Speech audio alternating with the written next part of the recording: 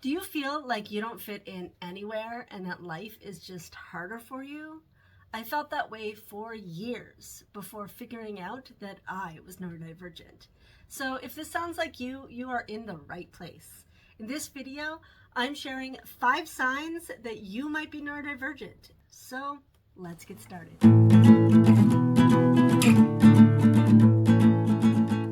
Before we get into those signs, I want to give a few definitions because around here, we love words. First is neurodiversity.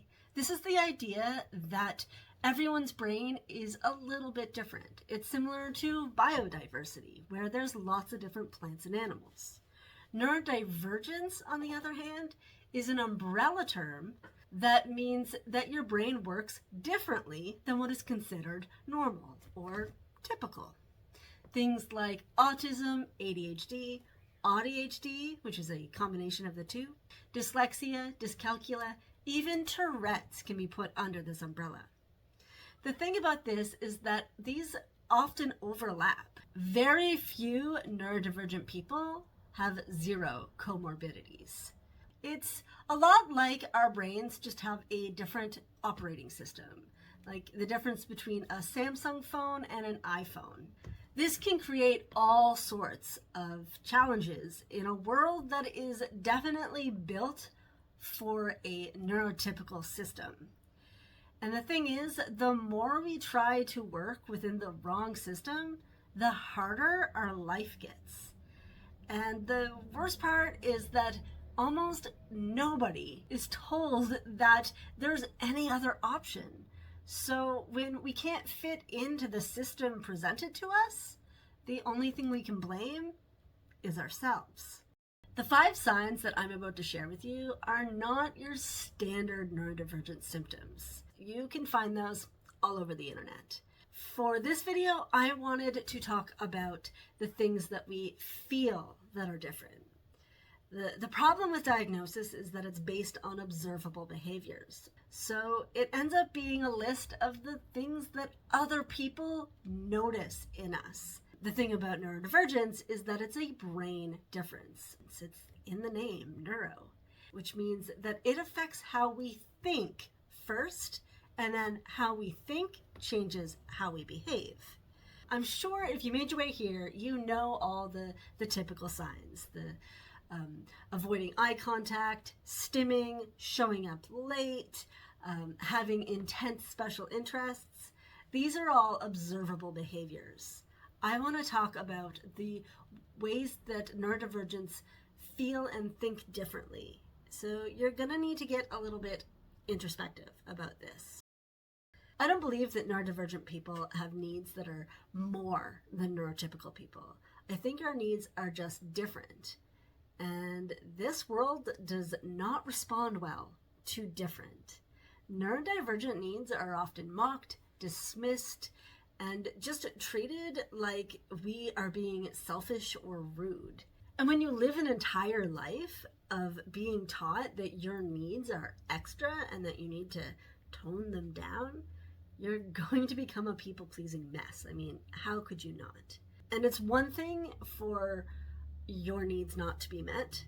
It's an entirely different thing to feel shame for having needs in the first place. And that is the first sign I'm going to talk about, which is having a deep sense of shame for your preferences, interests, desires, and needs. I think that most of us experience not getting our needs met at some point in life, and that can be hard. But when we deny our own needs, that is like a straight path to depression and anxiety and just incredibly poor mental health. Learning to look at your needs long enough to even identify them is not a quick process, but it's one that we should all be striving for, which I understand is impossible to imagine when you're still denying that you even have needs. Which brings us to sign number 2.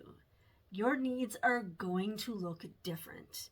And that means it's going to be a little trickier for you to figure out what they are.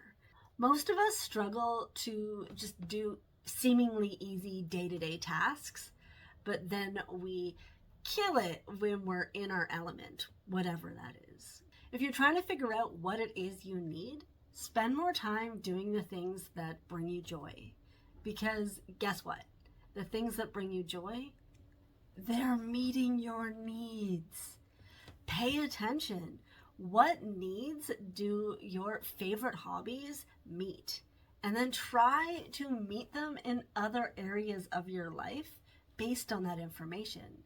For instance, if you're the sort of person that can talk to anybody, then being in a career where talking to people is required and expected of you is perfect. But if you're an extreme introvert, that would be a nightmare.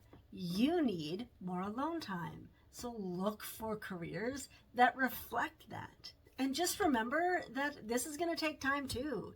It's not easy to figure out what you need when you've spent most of your life pretending you didn't need anything. Sign number 3, sensory sensitivity. Neurodivergents experience the world differently. We perceive more sounds, sights, feelings, tastes, textures, all of it, than our neurotypical peers.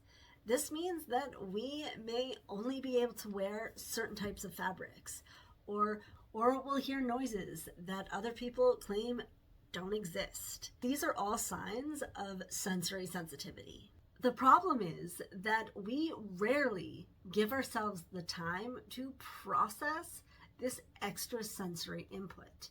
And that leads straight to overwhelm, overstimulation, meltdowns, and their quieter cousin, shutdowns. That's when you, instead of exploding in a fit of tears and rage, you literally turn off, and you may not be able to speak or move or basically just function at all because you have shut down over something that is simple as a tag bothering your shirt all day long. That is sensory sensitivity. Honestly, sensory sensitivity and the 5th sign that I'm gonna get to, that combination is the exact cause of sign number 4, and that's burnout. Neurodivergent people experience burnout in a far more intense way than neurotypicals.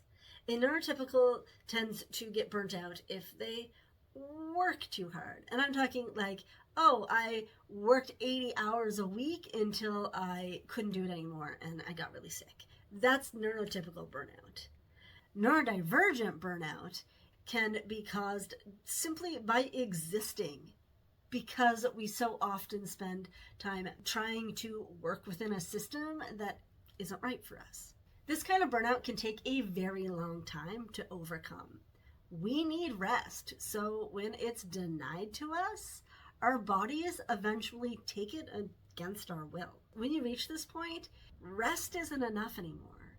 You need recovery, and that is going to take much longer than a nap. And that goes tenfold if we are actively fighting against that burnout, which brings us to sign number 5, masking. Masking is not just pretending to be somebody else. It is a deep sense of hiding who you are. When you mask, you're not just denying your needs, you're abandoning your identity to feel less othered. And the thing is that we never quite pass when we're masking. We are still othered by everyone that was othering us in the first place, but now we are othering ourselves from ourselves. And that can feel so incredibly isolating. If you have that sense that you don't know who you are on like a really fundamental level, like you don't know what you like, what you don't like, how you react to situations, because your reactions are always performative. That's masking, and it's a huge sign of neurodivergence. And here's the thing.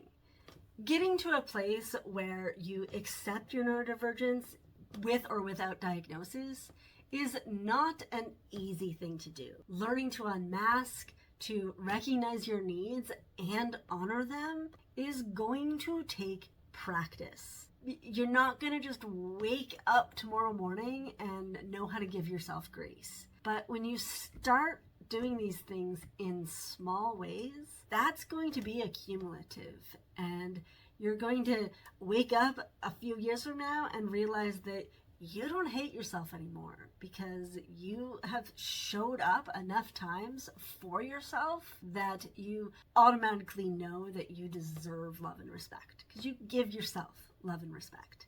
That's the secret, whether you're neurodivergent or not. Thanks for watching. I'm Kristen. This is Creatively Divergent. I make videos about neurodivergence and creativity, so if you like this video, you'll probably enjoy the rest of them. So check those out, and I'll see you next week. Bye.